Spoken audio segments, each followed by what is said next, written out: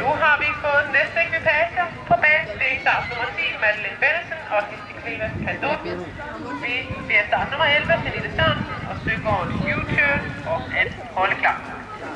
Men Madeleine, hun er kommet til finalen med 0,5 fejl. Hun er 10 år gammel og rider på en 15 år gammel pony.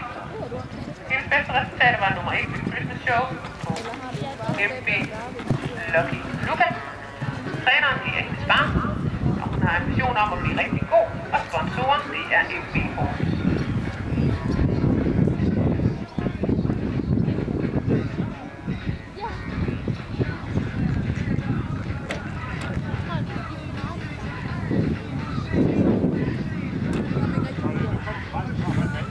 Den skulle lige have en pause for mig, jeg skulle have en pause for det.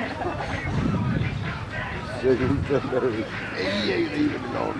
Nej, jeg vil lige sagde jeg til efter, at jeg havde en pony hver dag i ugen, så gad jeg det. Ude i Louiselund, der var jeg godt tosset. Der var hurtigt sige, nå, men så får du lidt. Ja, det var det var jo halvdelen bag det.